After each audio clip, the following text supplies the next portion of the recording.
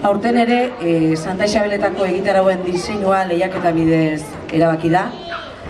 Txupinazoakin bezala, diseinu proposamenak jasotzeko epia, apirilaren 21-etik, maiatzan 19 bitartean izan zen. Tarte hortan 3 lan jasotzian, eta guztiak aztertu ondoren epaimaiak erabaki du irabazlea Aira Rivero Arrietaren diseinua izan dela.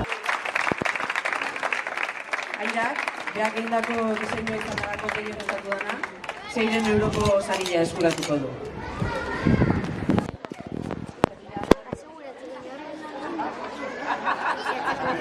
Tamborrak iri horretu.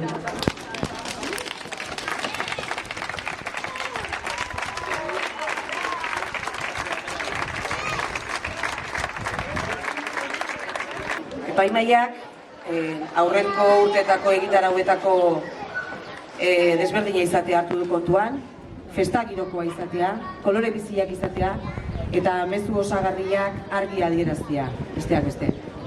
Kartel handia, polipolilla, eta esku programak, esan da bezala, bilartik aurrea banatuko dira etxez etxe.